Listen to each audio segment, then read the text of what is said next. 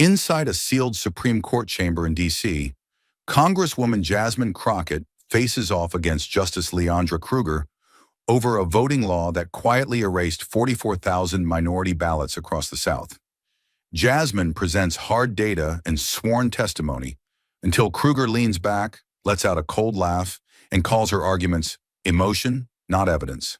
But 5 minutes later, Jasmine stuns the room with a leaked memo and a 300-page report proving institutional bias, signed off by Kruger herself 2 years earlier. When justice laughs at truth, what's left to defend the people? Stay with us. This is a story worth every second of your time. Beneath the marble dome of the U.S. Supreme Court, the air felt sharpened. Too still, too heavy. No cameras, no press. Just power cloaked in silence. At the center stood Congresswoman Jasmine Crockett, the youngest in the room, there not just as a witness, but as the author of the Abandoned District Voting Rights Act, a bill designed to protect voters forgotten by the system. She wasn't here to ask for approval. She was here to defend truth in a room built to dismantle it piece by piece. Presiding was Justice Leandra R. Kruger, sharp, brilliant, and cold as a blade. Known for her love of structure and disdain for emotional testimony, Kruger had dismissed similar civil rights arguments in the past as politically charged distractions. To Jasmine, that made this not a hearing, but a fight. The moment she stepped forward, Kruger cut in, voice crisp.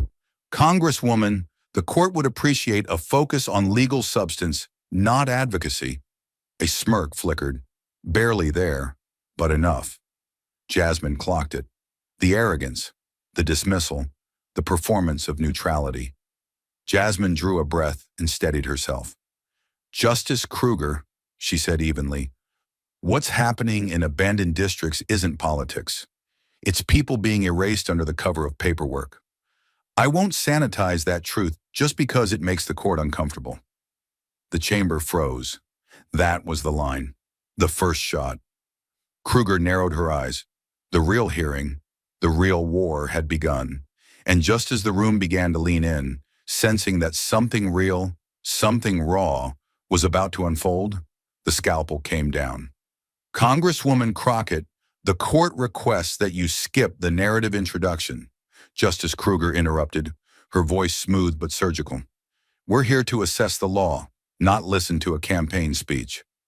The disruption was delivered without the raise of an eyebrow, without even a shift in tone. It was quiet, composed, and completely devastating. Jasmine had barely set the foundation for why this bill existed, had barely spoken the names of the communities erased by bureaucracy before the door was slammed shut on her. There was no warning, no objection from the bench, just silence, one that wrapped around her like iron cuffs. In this room, even the truth needed permission, and Kruger had just made it clear, permission denied. The blow was precise, but the intent unmistakable. It wasn't just a legal correction, it was a message. Your lived experience is irrelevant here. Your voice is too messy for this marble chamber. Jasmine was forced to stand there, mid-sentence, mid-thought, watching the weight of her preparation dissolve in front of the 9 people who held the fate of millions in their hands. Her throat tightened, not from fear, but from fury contained. A flicker of movement caught her eye. Justice Kagan shifting uncomfortably, Justice Jackson biting her lip. They had heard the condescension too, but no one said a word. No one shielded her. Jasmine froze for a fraction of a second, not in fear, but in calculation. She had expected resistance. She hadn't expected it to come this early, this blatant. Her eyes flicked to the gallery, civil rights leaders, law clerks, her staff, watching, waiting to see what she would do. Then she lifted her chin. Very well, she said, voice level, steel just beneath the surface. Let's speak the language of the law. But be advised, I brought receipts, and every single one of them has a heartbeat. Her delivery wasn't raised, but it shook the columns. She turned the page, reset her stance, and continued. But now every word was a blade, and Justice Kruger knew she'd drawn blood. But just as Jasmine began to steer the courtroom into the truth, anchoring her argument with data that could no longer be ignored, the atmosphere shifted, subtle at first, then sharp. She cleared her throat, steady and unshaken. According to a 2024 report from the Brennan Center for Justice, she said, lifting a bound document from her folder, more than 44,000 registered voters across 3 southern states were denied ballots. Not because they weren't registered, not because of fraud, but because they changed apartments or addresses within the same district and didn't refile a form most counties don't even publicize. She let that hang in the air a moment, then continued. 44,000, she repeated slower this time. That's not an error. That's a pattern. That's not a gap in the system. It is the system. Her voice didn't waver. Her words were sharp but controlled. These are working-class Americans, nurses who sleep during the day and work through the night, bus drivers, veterans, mothers with 3 jobs, people who are too busy surviving to memorize bureaucratic tripwires tucked into some voting manual that no one reads.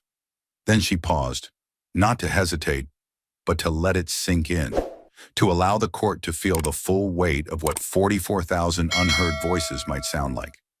Justice Kruger slowly adjusted her seat, her expression unchanged. But then she leaned in, slightly, deliberately. A quiet laugh slipped out, dry, clipped, controlled. Then her voice followed, crisp and dismissive. Congresswoman, Kruger said, tilting her head just so, the law cannot be rewritten every time someone fails to understand basic procedure. There was no gasp, no audible reaction from the bench, but the effect was unmistakable, a collective stillness that blanketed the room like fog after an explosion.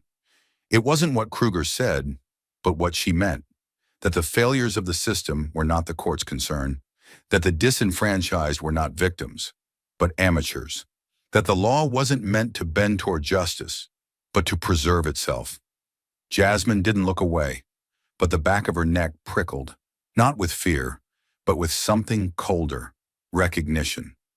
She had seen this kind of dismissal before, in smaller courtrooms, in county jails, in voter intimidation cases, but never so polished, never so surgical, never from the nation's highest bench. Around her, tension rippled beneath the surface. Justice Jackson blinked slowly, as if unsure whether to interject. Justice Kagan shifted again in her seat. The stenographer's fingers briefly stilled over her keyboard, unsure whether that moment of casual cruelty had really just happened. One court clerk in the gallery turned to another, exchanging a glance that said, "We've crossed a line." But no one spoke. No one challenged it. Because here, in this room, silence was protocol, and protocol always served power.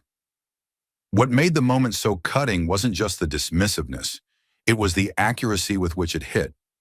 Kruger hadn't rebutted Jasmine's numbers. She hadn't challenged the facts. She had done something more lethal.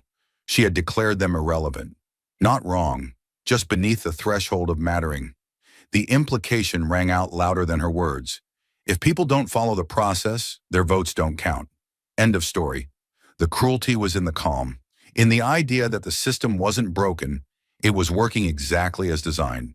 And Jasmine felt all of it, not as insult, as confirmation. Confirmation that the very thing her legislation sought to correct, the erosion of voting rights under the guise of legal neutrality, was alive and well, sitting in judgment of her from across the bench. She thought of the people she had represented in court who cried not because they lost cases, but because no one believed what had happened to them even mattered. She thought of an elderly black woman in Georgia who had voted in every election since 1965, only to be told last year she'd been accidentally removed from the rolls. No apology, no recourse, just silence. Just like now. Her right hand, still resting on the podium, curled into a fist for a second, then released. She didn't blink. She didn't clear her throat. She didn't look to the justices for help or pity. She simply stared at Justice Kruger, her eyes wide open, absorbing the contempt, naming it without saying a word.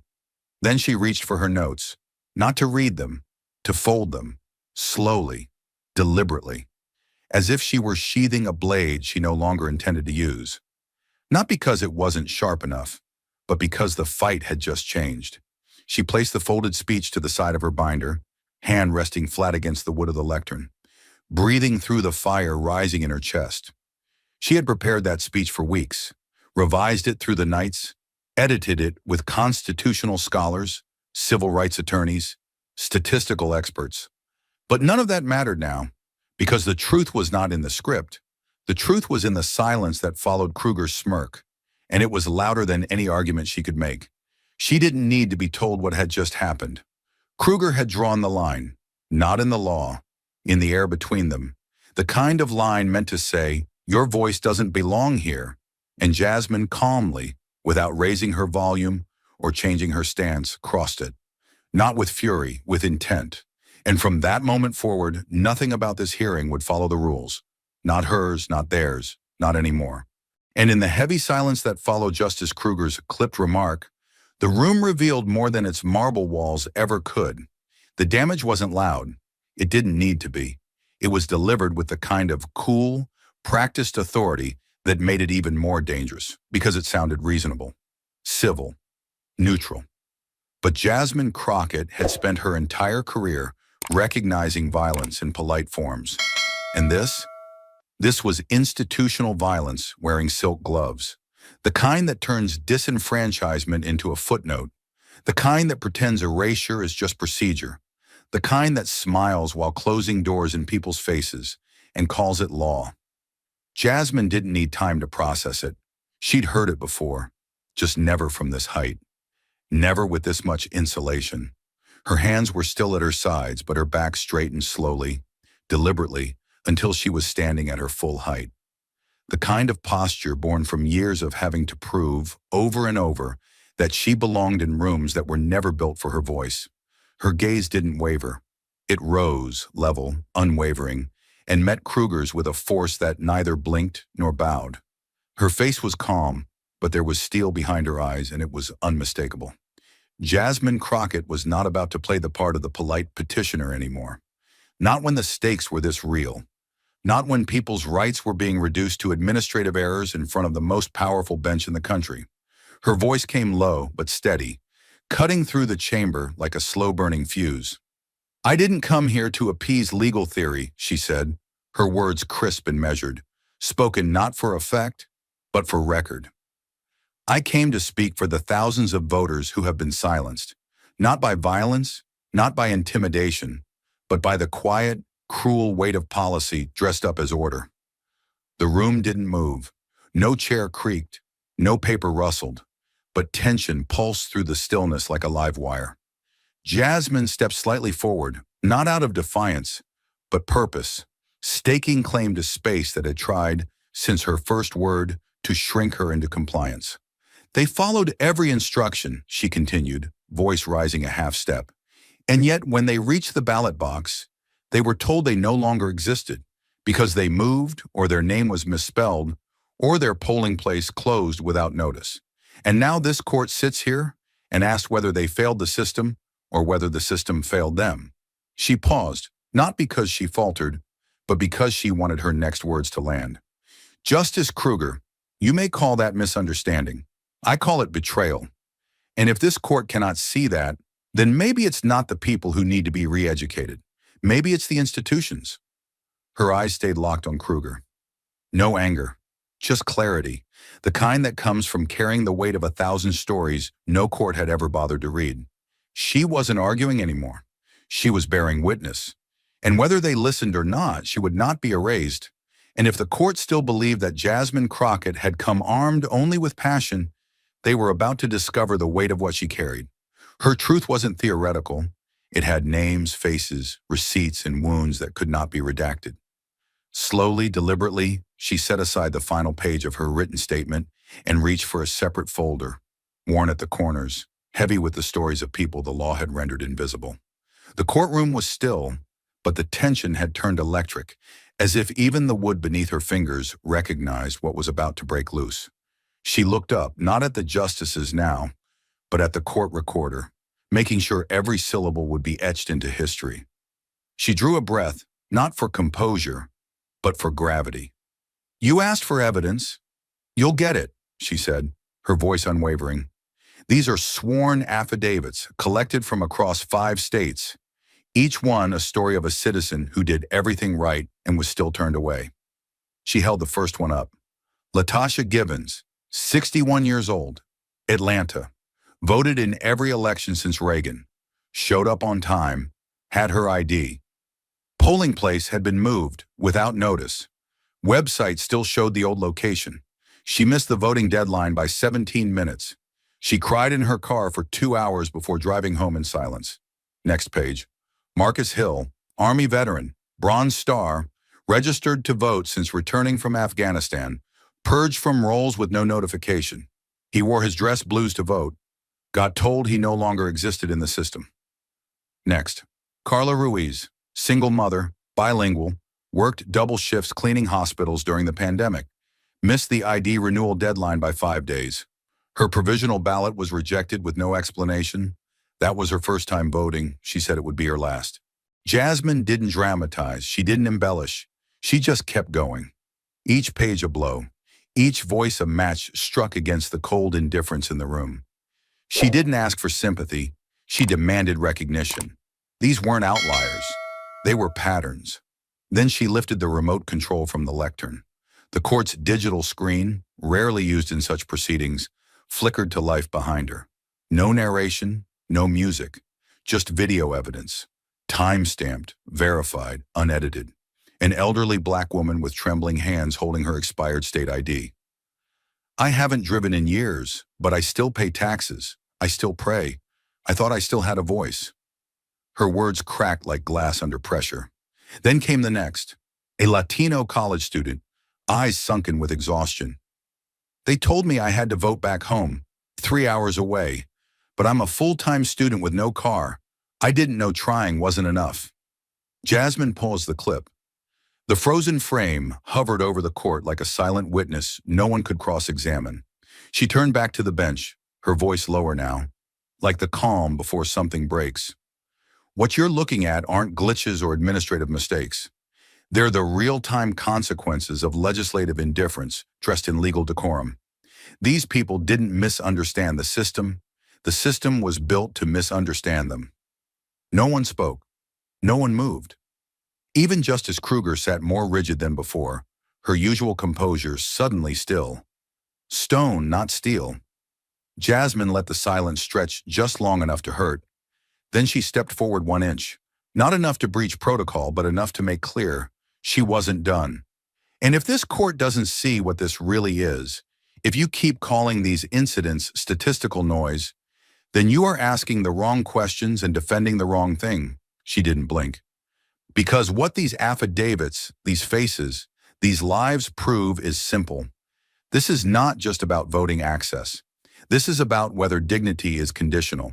And if this chamber refuses to see that, then justice isn't blind. It's complicit. Every word landed like a gavel in a chamber that, until now, had done everything to remain insulated from consequence. But Jasmine Crockett had brought the consequences with her. Not as theory, not as metaphor, but as truth in its rawest, most undeniable form. And as the faces on the courtroom screen faded into stillness, those broken, exhausted voices now silenced by the click of a remote, Jasmine stood in the center of the storm she had summoned. She had brought them the truth. Not abstractions, not speculation, but hard human facts. And for a brief moment, the silence felt earned. It was the silence of a room finally listening. But then Justice Leandra Kruger leaned forward ever so slightly. Her eyes did not soften. Her expression did not shift. She spoke in a voice so composed it bordered on clinical, as if carefully excising herself from the weight of what had just been shown. Congresswoman Crockett, she began, tone steady and frost-lined, anecdotal pain, while powerful, does not prove systemic failure. Do you have any recognized institutional standard, any formal indicator that establishes this system as broken? The words struck like cold steel against bone. There was no fire behind them, no cruelty even, just disinterest, just the quiet, devastating refusal to recognize pain as evidence unless it came pre-packaged in bureaucratic language and certified seals. Kruger wasn't dismissing the stories. She was erasing their authority, turning them into background noise unless they came with an official letterhead. And in that moment, Jasmine understood what so many who came before her had come to know. That power doesn't always say no. Sometimes it just says not enough, not yet. Not like that. She inhaled once, slow and centered, not because she was thrown off, but because she saw it clearly now. This wasn't just about persuasion, it was about translation. She wasn't being asked for more truth. She was being told to reformat it, to turn lived oppression into an acceptable legal currency. She glanced at the bench. Some justices shifted slightly. One leaned back, uncomfortable. But Kruger remained still, waiting, watching, not for justice, but for calibration. Jasmine's hand moved calmly to a separate folder, marked not with names but with charts, audits, agency seals. "You want formal indicators?" she said, voice level but with a new edge of righteous defiance. "You'll get them. But let's be clear, Justice Kruger. Asking a disenfranchised community to prove, on your terms, that their own erasure is real is not neutrality. It's complicity dressed as process." Her eyes didn't leave Kruger's. "But yes, I came ready for this." She opened the file slowly, deliberately, like drawing a second sword. Because if Kruger needed official recognition to believe suffering was real, then Jasmine would give it to her. Not to comply, but to expose just how high the bar had been raised to ignore what they all already knew. And as the echo of her final words settled into the walls, "I came ready for this," Jasmine Crockett didn't pause to savor the moment. She moved with the certainty of someone who knew the truth was heavier than the room had been prepared to carry. With a firm, quiet motion, she slid a thick binder across the lectern, its navy blue cover emblazoned with the gold seal of the U.S. Commission on Civil Rights. It wasn't an opinion piece. It wasn't a campaign memo. It was federal evidence, unbiased, nonpartisan, and damning. She flipped to a tab section labeled Section 4, Geographical Disparities in Voter Complaints, and withdrew a single page. Not dramatic, just undeniable. She held it up for the bench to see, a heat map of the country, red to green. But it wasn't color that told the story. It was volume. "According to this report," Jasmine said, voice low but charged, 63% of all verified voter suppression complaints filed with the commission in the last 2 years originated from a single judicial district. She paused just long enough to let that number burn its way into the room. Then with her left hand, she pointed. "That district lies here, exactly where, 2 years ago, this court ruled to uphold restrictive voting provisions." Her voice didn't rise, but the force behind it was unmistakable. "And that ruling was authored by you, Justice Kruger." The shift in the courtroom was subtle, but seismic. A murmur rippled across the gallery, quickly stifled, but not before the tension cracked open like a hairline fracture. Even the justices, who had remained still throughout the hearing, leaned forward slightly now. Jasmine didn't break eye contact. Her gaze was locked, calm, relentless. "This isn't conjecture. It's not politics. It's a federal finding. It's data." Her hand hovered over the report. "It's the very institution you demanded I produce, and it's telling this court explicitly that the harm is real and that the legal framework this bench reinforced is central to it." Then she said it, not with venom, not with theatrics, but with the quiet devastation of someone finally saying what everyone else was too careful to admit. "If this system has failed, then it didn't start in a crowded polling station or a voter's misplaced envelope." She drew a breath, controlled, full. "It started in this room. It started the moment this bench called regression a safeguard and disenfranchisement a constitutional compromise." You could hear the weight of that sentence hit. It didn't crash, it settled. Like judgment. Kruger didn't respond, not yet. But her stillness, so precise a moment ago, had turned almost rigid. Jasmine had made her point, and she had made it with their language, their data, and their precedent. Not because she needed to prove herself, but because the truth had already been proven. She was simply forcing the court to look it in the face. And if the courtroom had begun to crack under the weight of names, faces, and federal warnings, Jasmine Crockett was about to deliver the final rupture. There was no grand gesture, no theatrical buildup, no dramatic pause. Only quiet intent, a slow, deliberate motion as her hand slid beneath the final folder on the desk before her, thicker than the others, unmarked on the exterior, save for a crimson ribbon at its edge. She withdrew it like it held something sacred or something dangerous. This, she said, her voice lower now, hasn't been entered into any hearing. Not yet. It was finalized just 8 days ago. She laid it flat across the lectern. The pages fanned slightly under its own weight, 300 of them, bound in black matte, with no flourish except for the gold-stamped title at the top. Voting Barriers Report, 2023 to 2024. A silence moved through the room, slow and anticipatory. Jasmine didn't need to sell what was in the report. Its presence did the talking. This wasn't anecdote. This wasn't advocacy. It was an empirical dismantling of everything the court had claimed to be reasonable regulation. It's an independent, multi-institutional review, she began, sliding the top page back with 2 fingers, authored by 4 former federal election monitors, 2 retired circuit judges, and a team of voting rights analysts from the Public Policy Institute. She flipped to a tab marked Section 4, red-edged and already annotated. What it does, she continued, is take every major voter restriction policy passed since 2020 across 15 states and match it against every county's actual disenfranchisement outcome. Not intention. Outcome. Jasmine paused, not for effect, but to let them catch up. We didn't just ask what the law said, we asked who it touched and who it left behind.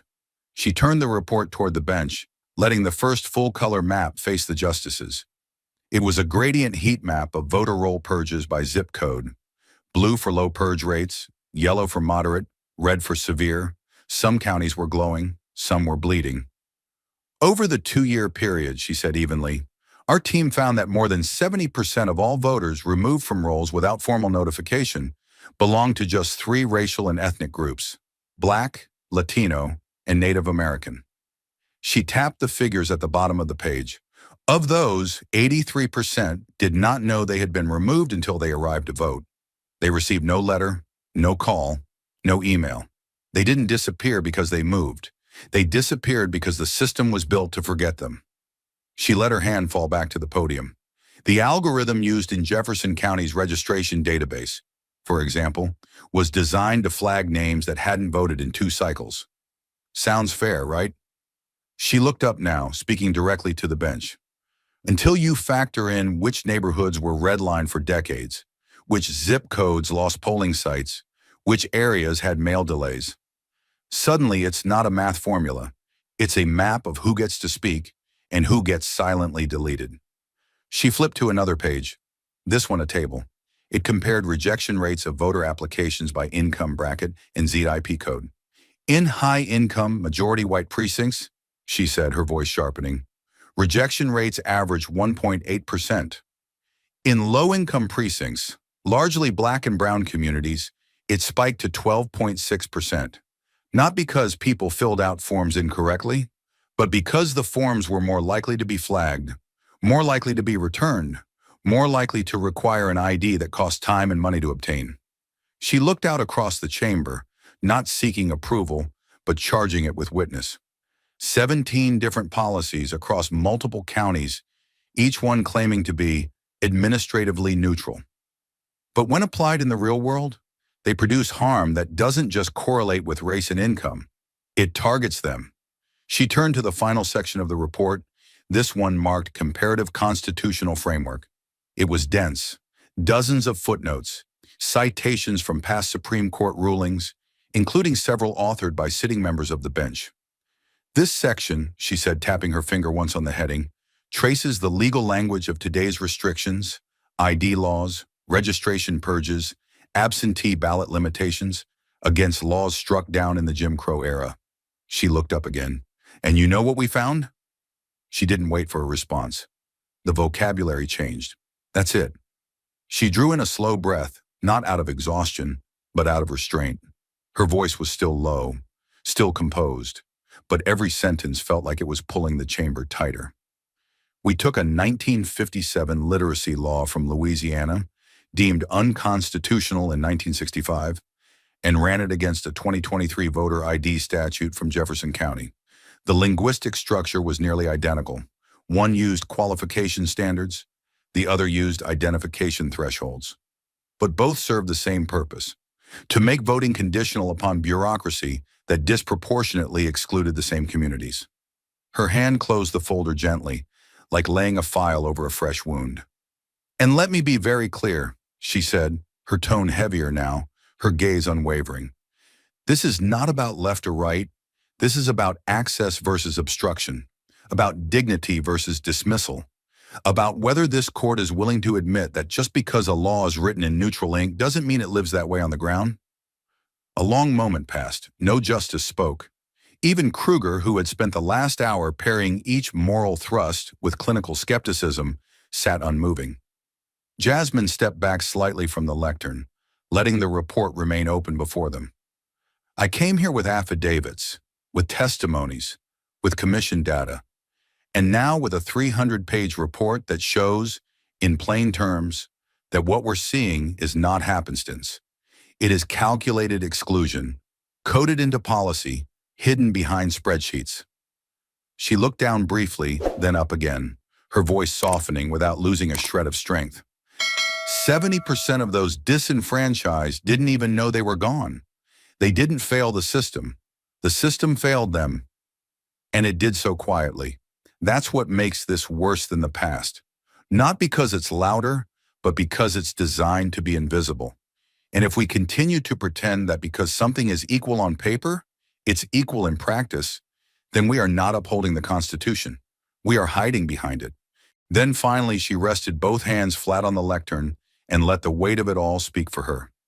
300 pages, 23 months of research, 46,000 missing voices, all laid bare before 9 justices, one of whom had once ruled that voter integrity must never be compromised, but had never defined whose integrity actually counted. Jasmine Crockett had not raised her voice once, but in that moment, she was the loudest sound in the room. And as Jasmine Crockett let the final page of the voting barriers report settle on the lectern, something in the chamber shifted, deep and irreversible. No longer was this a sterile legal proceeding confined to procedure and precedent. It had become something else entirely. The courtroom air, once stiff with expectation, turned electric, volatile. She had exposed not just policy failure, but a moral rot, quietly calcifying beneath the surface of law. Justice Leandra Kruger, once the most composed voice in the room, now sat still, too still. The blade of her earlier dismissal, once sharp and deliberate, had dulled under the weight of what Jasmine had laid bare. She did not rebut. She did not smirk. She stared ahead, her silence louder than any ruling. Around her, the transformation was immediate. Justice Elkins, typically stoic, leaned forward for the first time all day. "Congresswoman Crockett," he began, his voice trimmed of arrogance, "does the report differentiate between voter removal based on administrative error and intentional procedural filters?" It wasn't a trap. It was curiosity, real, unsettled curiosity. Jasmine answered without blinking. "It shows systemic negligence, Justice," she said, "and patterns that cannot be dismissed as error. Disparity this consistent doesn't happen by accident. It happens by design." Justice Barrett added softly, "Did these individuals know they were removed from the rolls?" "They were notified," Jasmine said with quiet restraint, "via outdated addresses, third-party mailings, no follow-up, no requirement of acknowledgement. They were presumed informed, and so when they arrived to vote, they learned their status had expired. Like milk." Then she turned to the projector screen behind her. "You've seen the number," she said. "Now I want you to see a person." The lights dimmed slightly as she played the final clip. It was a handheld video, wobbly, the kind that would have gone unnoticed in a flood of content, except this one didn't disappear. It was from Montgomery County. A man, maybe in his 80s, stood outside a polling station in a pressed blazer and a proud white shirt. His cane shook slightly in his grip. His veteran ID was visible, as was his voter card. "My hands don't work like they used to," the man said, voice slow but steady. "They said my signature didn't match last year's. I asked to try again. They said no." There was no background music, just that voice, that face, and the disbelief that it was happening in 2024. He looked down at his shirt. "I wore my best, just in case they took a picture." Just in case it was my last vote. The screen froze. No one spoke. The oxygen in the room thickened with shame. From the press bench, a reporter covered her mouth. Her notepad trembled slightly. One of the younger justices swallowed hard, eyes glassy. A clerk lowered his head, and Jasmine didn't raise her voice. She didn't have to. She stepped forward once more and said, with unbearable clarity, "This man served a country that still doubts his signature. He bled for a system that treats his right to vote like a permission slip. And in the twilight of his life, he showed up. Not to protest, not to argue, but simply to participate, and he was denied." She let the silence stretch, not to win, not to provoke, but to give the truth room to breathe. This isn't about race in the abstract.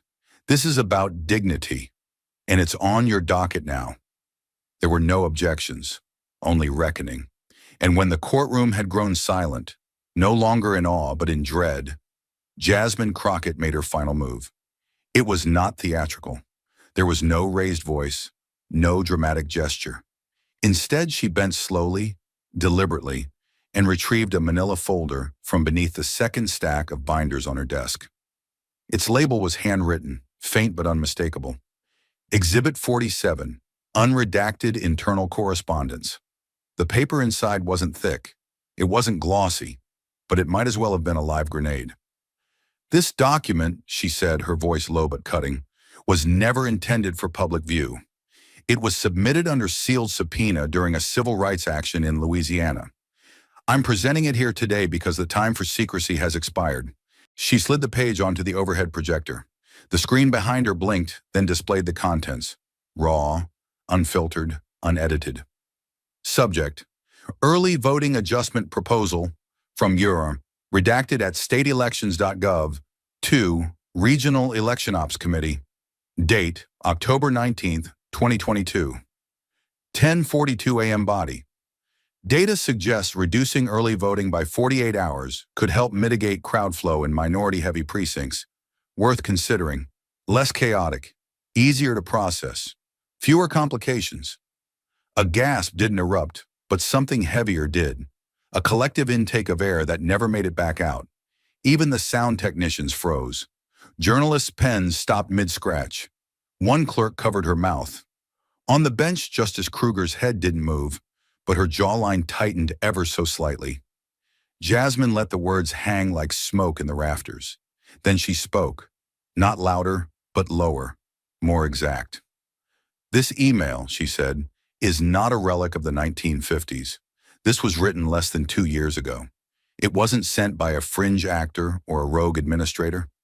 It came directly from a mid-level operations chief inside the State Elections Board, addressed to an entire regional committee, and it openly recommends altering access to the ballot box specifically to control black voter turnout." She turned her gaze to the bench. No euphemism, no abstraction, just strategy.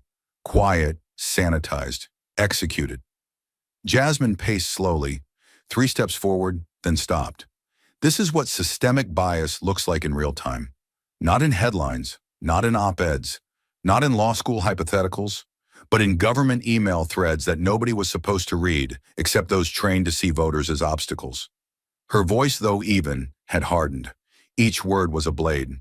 "And I bring this to you," she said, facing Kruger directly now, "not to dramatize, not to inflame, but to illustrate a point you raised earlier. The demand for proof, the insistence on institutional failure, not personal anecdote." She gestured to the screen. "Well, here it is. Failure, authored, time-stamped, archived, and targeted. A memo that treats the electorate like a logistical threat. And it references minority-heavy precincts with the same casual tone one might use to discuss parking overflow." Still, Kruger said nothing. Still, the rest of the court watched, heads slightly lowered, hands unmoved. And Jasmine leaned in. "I am not here to accuse this court of evil." Her words were soft. "But I am here to say that if justice requires this kind of documentation to acknowledge harm, if truth must first be converted into internal emails before it is recognized, then we are not practicing law. We are protecting machinery." The overhead screen remained lit. The sentence, mitigate crowd flow in minority-heavy precincts, burn brighter with each second. You want structure? Here's structure, Jasmine continued. This wasn't a suggestion pulled from thin air. It was based on turnout models, on real-time data surveillance from the 2020 cycle. They saw the numbers. They saw where the lines grew. And their answer wasn't more voting machines, more assistance, or more education. It was 2 fewer days. She stepped forward again. Let me ask you, what is the legal theory that justifies denying a vote because the building is full? What clause in the Constitution says democracy is valid only until it becomes inconvenient? The silence answered for them. Jasmine inhaled deeply. Her next words came not with rage, but something closer to heartbreak. There's a man named Elijah Brooks. He's 73. He lives 3 blocks from the community college where he's voted every year since 1982. Last fall, he walked there on the final day of early voting, only to be turned away, because that final day had been quietly erased. A long pause. Mr. Brooks served in Vietnam. He worked sanitation for 26 years. He lost a brother to police violence in 1993. And still, he believes in this country enough to vote. She looked up again, not at the judges, but at the ceiling. And this country told him, come back in 2 days. And when he tried, he couldn't make it. His daughter had a seizure. He had to drive her to the hospital. That was his only chance, and it was gone. Her hands were still, her voice unwavering, but behind her composure was fire. Multiply that by hundreds, thousands, across districts, across states, and still. Your question is, where is the evidence? She turned sharply one final time to Kruger. Well, here it is. Not carved in theory, not imagined in bias, but typed by your own agencies, signed, dated, and delivered with the full authority of the state. She pointed again straight at the screen. That is not a mistake. That is a strategy. Then slowly her hand lowered, and she delivered the final sentence, not to argue but to declare. I'm not saying this court is cruel. I'm saying that when conscience is replaced by syntax, justice becomes architecture. And architecture, unchecked, can become a cage. The air snapped shut like a slammed vault. No one moved. Not the justices, not the clerks, not the audience. Even the stenographer blinked, momentarily unsure whether to keep typing or just listen. In that frozen space, Jasmine didn't look triumphant.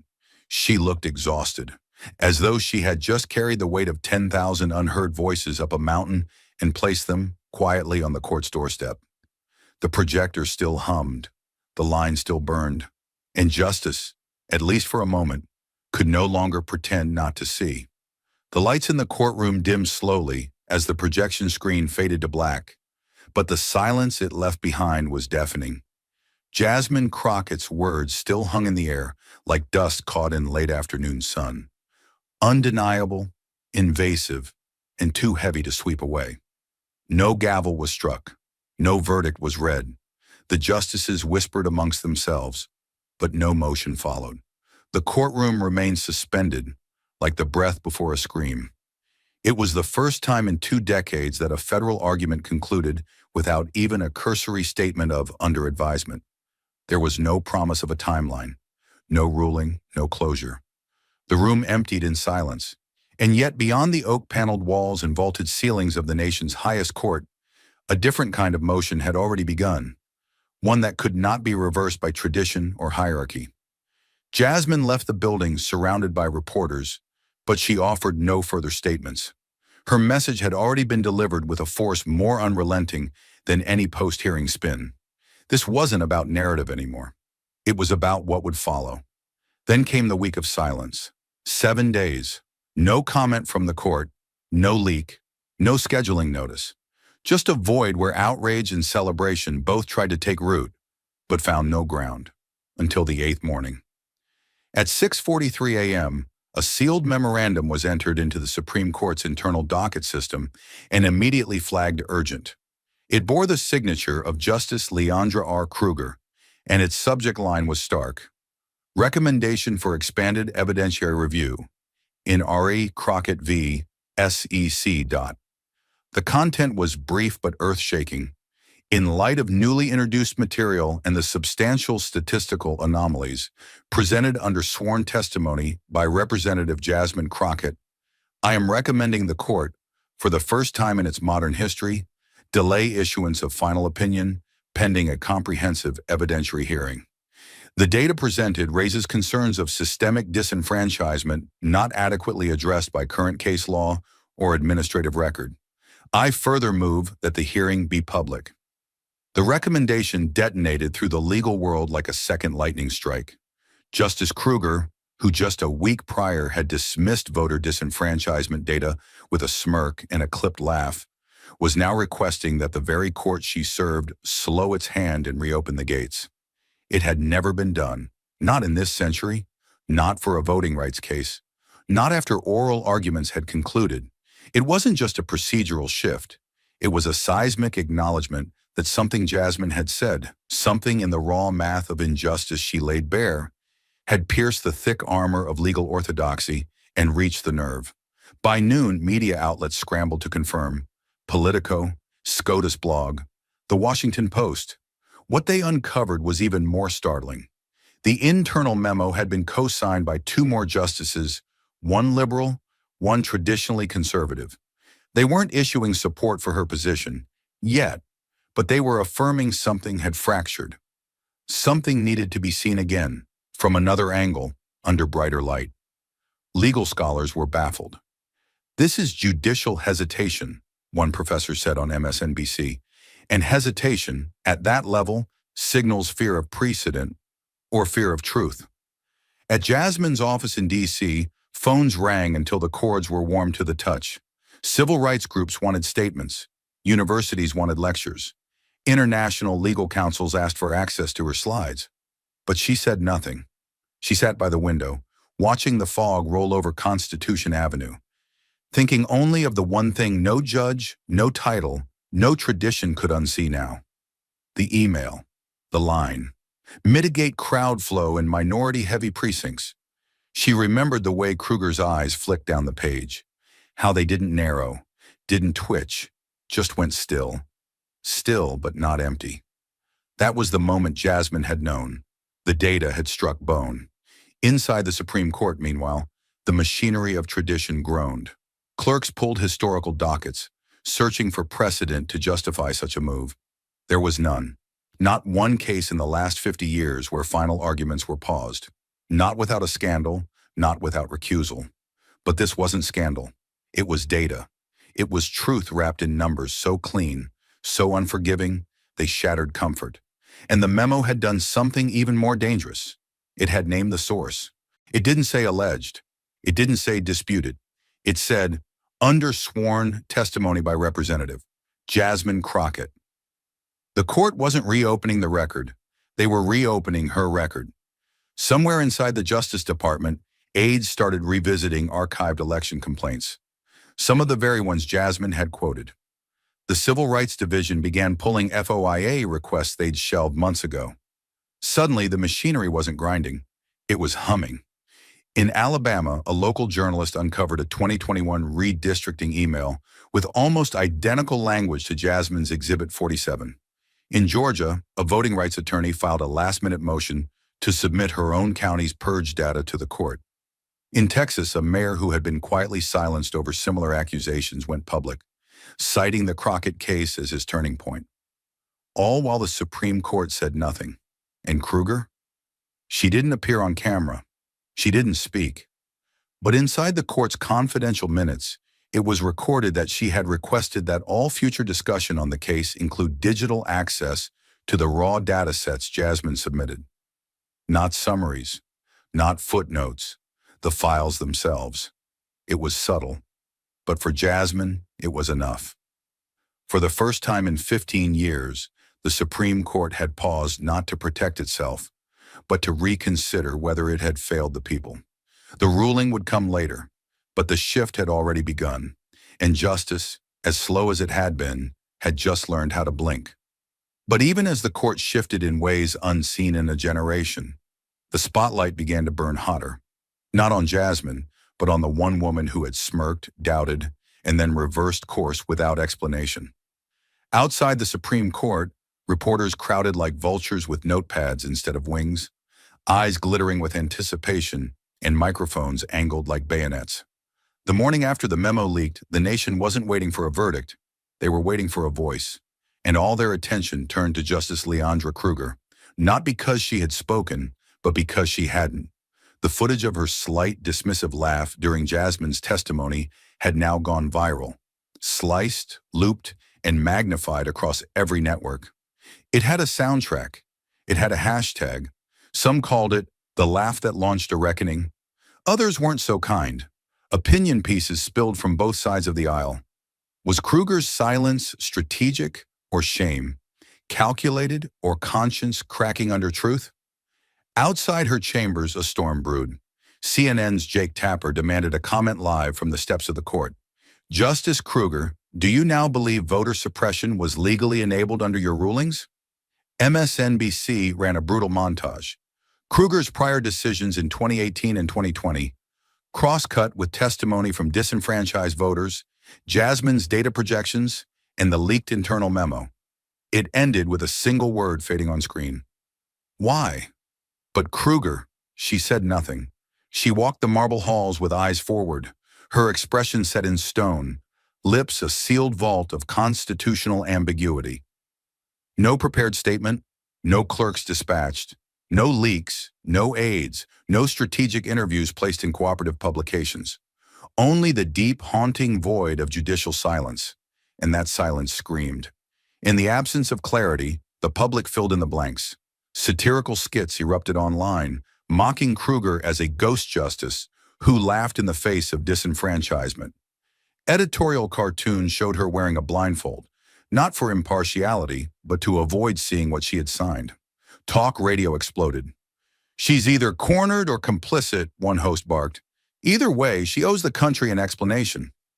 Law students at Yale, Kruger's alma mater, held a midnight vigil. Candles in hand, they read aloud the testimonies Jasmine had introduced into the record. One student wore a shirt with Kruger's now infamous quote, "Emotion is not evidence." Below it, scrawled in Sharpie, "Neither is silence." Still, Kruger said nothing. Inside her private chambers, the walls no longer felt like protections. They felt like insulation. But from what? The truth? The press? Or from her own decisions echoing back at her, now reframed by Crockett's relentless exposure? The data wasn't going away. The video wasn't going away. And now neither was the question, did she know all along? The Federalist Society distanced itself. One senior member called her a liability in the making. Progressives, meanwhile, were split. Some argued her silence was proof of reckoning, even repentance. Others saw it as cowardice dressed in robes. And Jasmine? She never called Kruger out by name, never gloated, never addressed the silence. That made it worse. The restraint made Jasmine's case stronger, and Kruger's looked more defensive by comparison. The courtroom transcript had been made public. So had the video of the 82-year-old black veteran denied the vote because of a signature discrepancy. And Kruger's initial reaction, a smile that didn't reach her eyes, a shrug of institutional indifference, was now burned into the public consciousness. Every headline asked the same thing in different fonts. Where is Justice Kruger? She didn't appear at the annual Judicial Policy Symposium. She withdrew from a scheduled keynote in San Francisco. The American Bar Association said she respectfully declined an interview opportunity. But silence wasn't retreat, it was now its own strategy. Behind closed doors, it was rumored Kruger was reviewing every case she'd ruled on that involved voter ID, signature verification, or early voting procedures. One anonymous clerk claimed she hadn't left chambers for 72 hours, that her staff was under a blackout order, that she was reading everything Jasmine filed twice. Still, in public, she remained a statue, until the editorial in the New York Times landed. It was written by a former federal judge. A justice may not be wrong, but she must not be silent. The op-ed didn't accuse Kruger directly, but it did something worse. It invited her to speak. It gave her a lifeline, an escape hatch, a chance to say, I acted in good faith, but I now see a broader truth. But Kruger didn't take it. And the longer she waited, the more her silence fermented into guilt by omission. Then came the whistleblower. An unnamed former intern from the Election Law Advisory Group came forward with a sworn affidavit alleging that Kruger had, during her 2022 review of a now contested voter purge case, received early drafts of the very report Jasmine presented in court, but never requested follow-up. This didn't prove malice, but it proved awareness. And awareness, when paired with inaction, is a quiet kind of complicity. Now, the pressure wasn't just about public opinion, it was institutional. The Office of the Inspector General opened a quiet review. The Judicial Ethics Committee requested internal documentation from her 2022 chambers. And still, no statement, not a word, no rebuttal, no denial, not even a legalistic placeholder like, "I stand by my record." The silence became a wound. Then it became an open sore. And as it spread through the public trust, people stopped waiting for her to speak. They started speaking for her. Mock tweets, protest posters, university debates, even federal senators began quoting her silence on the Senate floor. When judges fail to respond to credible evidence of harm, they're no longer interpreting the Constitution. They're sheltering behind it. Kruger, once a rising star in the moderate liberal judicial world, was now a symbol, not of justice, not of law, but of the consequences of deliberate silence in the face of public pain. And all the while, Jasmine said nothing. She didn't need to, because the country was already listening to the data, to the pain, to the truth. And the woman who once laughed at it had vanished into the very silence she created. The shift was seismic, though silent. A month had passed since the hearing that ignited a national reckoning. The Supreme Court chamber, often regarded as the most stoic hall in American governance, released a decision that cracked its own foundation.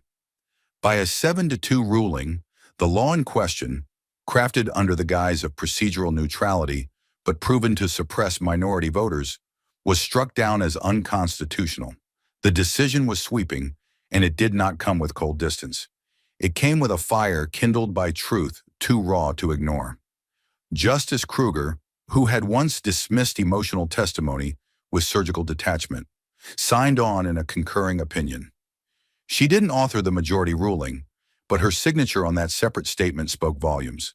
It was not a reversal, it was a reckoning. She acknowledged the patterns, the data, the lived experience, all of which she had tried to fence out with the cold steel of legalese.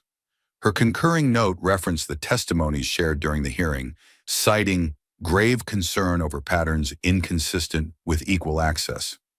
She didn't say Jasmine's name, but every line echoed her voice. The nation erupted. From Georgia to Arizona, voting rights organizations sprang into action, armed with the precedent now set. Lawyers filed motions in droves. State-level statutes once considered untouchable were suddenly vulnerable. What began as one hearing had become a fuse across the country. For the first time in decades, the law bent not to politics, but to justice carried by relentless truth. And then came Yale.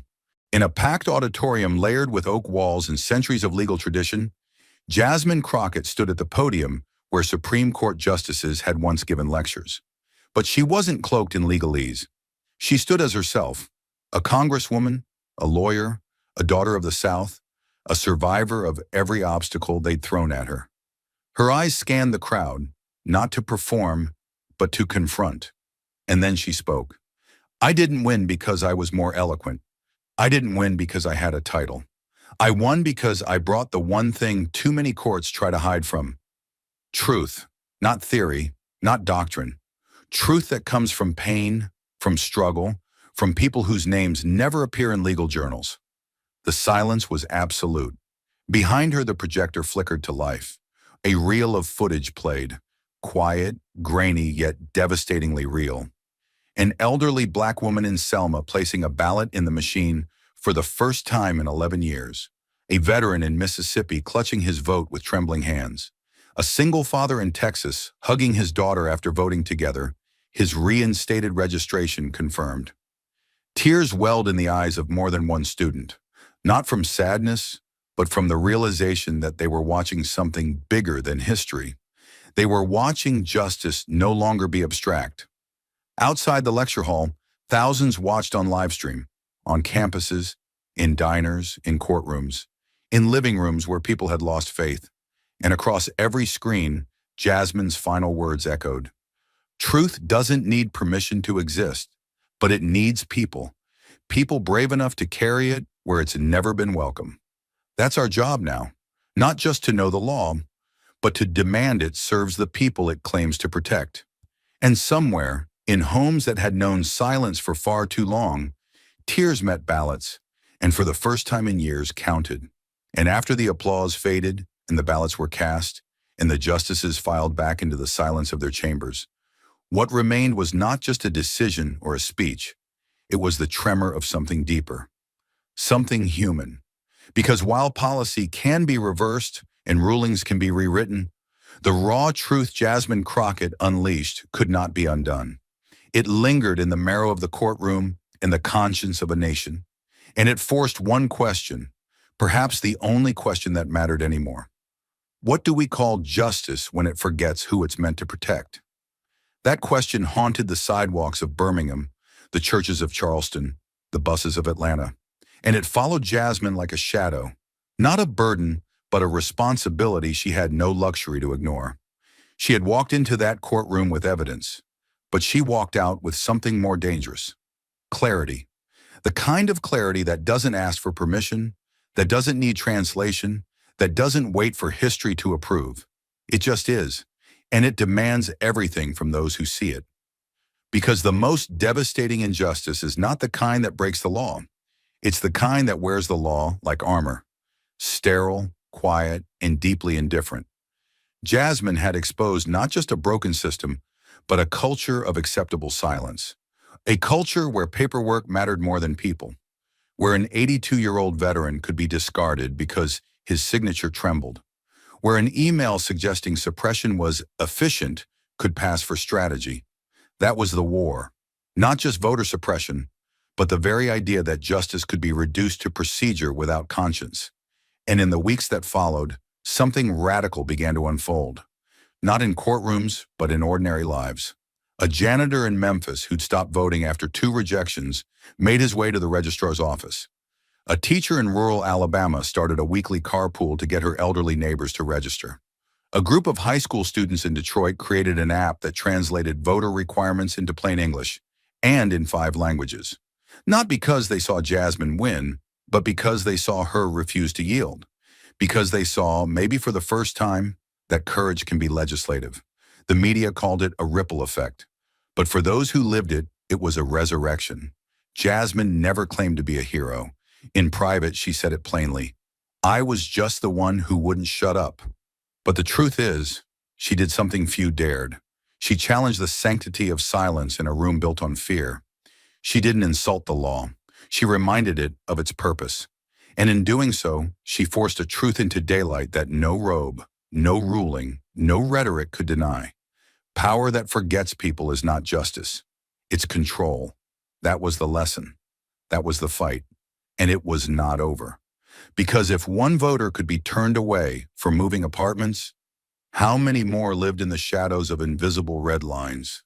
Because if a court needed a congressional hearing to hear pain, how long had it been deaf? Because if the law could quote precedent but not remember people's names, what did we call that? These weren't rhetorical questions. They were assignments. And Jasmine's final act wasn't a ruling or a rebuttal.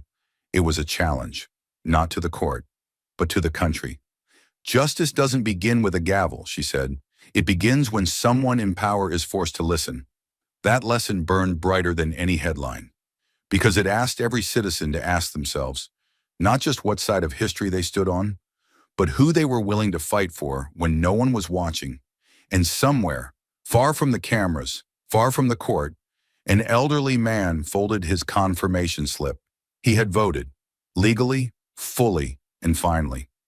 He didn't know Jasmine's name, but he knew someone had fought for him. That's how truth moves. Not like lightning, like water. Slow, unrelenting, and impossible to stop once it finds a crack. And Jasmine, she didn't walk away from politics. She didn't write a memoir. She went home, poured herself a coffee, and began drafting legislation. because now that the truth had been spoken, it was time to write it into law. Thank you for watching until this moment and for standing with us on this journey for justice. Your support means everything. Like, subscribe, and turn on notifications so you never miss what's next.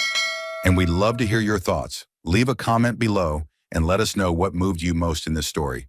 Together, our voices make a difference.